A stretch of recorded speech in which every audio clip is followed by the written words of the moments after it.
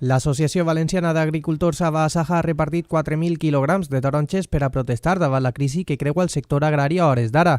Als peus de la plaça de Bous de València s'han concentrat una gran quantitat de persones per a protestar i demanar solucions. La oficina de la Comunitat Valenciana té que reforçar-se, té que convertir-se en un autèntic lobby.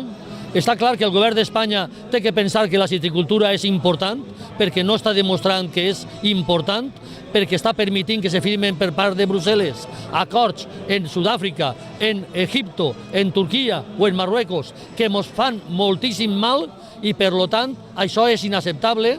L'últim dels problemes del sector agrari ha estat les importacions de diferents punts que minven les vendes locals.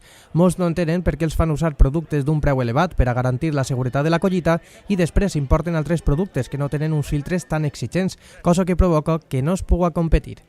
Podem gastar només certs productes que són molt cars i veure com d'altres països van entrant productes sense ningú tipus de protecció en quant a plaguicides.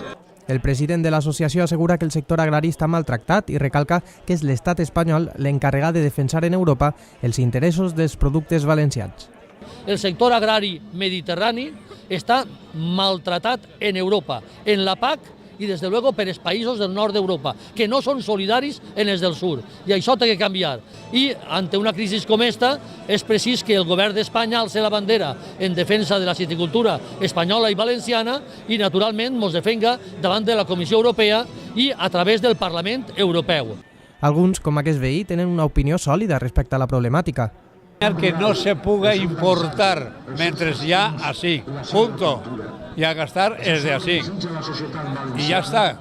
Aguado desitja que hi hagi una solució pronta, si no la situació pot acabar malament. La Unió Europea o atén als seus ciutadans en comptes d'atendre als ciutadans de fora, que pareix que defenga més els de fora que els de dins, o això acaba mal. L'esplanada de la plaça de Bous de València ha estat plena de persones durant tot el matí que s'han apropat a la mobilització i s'han endut el saquet de taronges i un fullet informatiu. El pròxim 19 de febrer està previst fer una altra mobilització en Madrid per a seguir fent soroll i poder trobar una bona solució per al sector.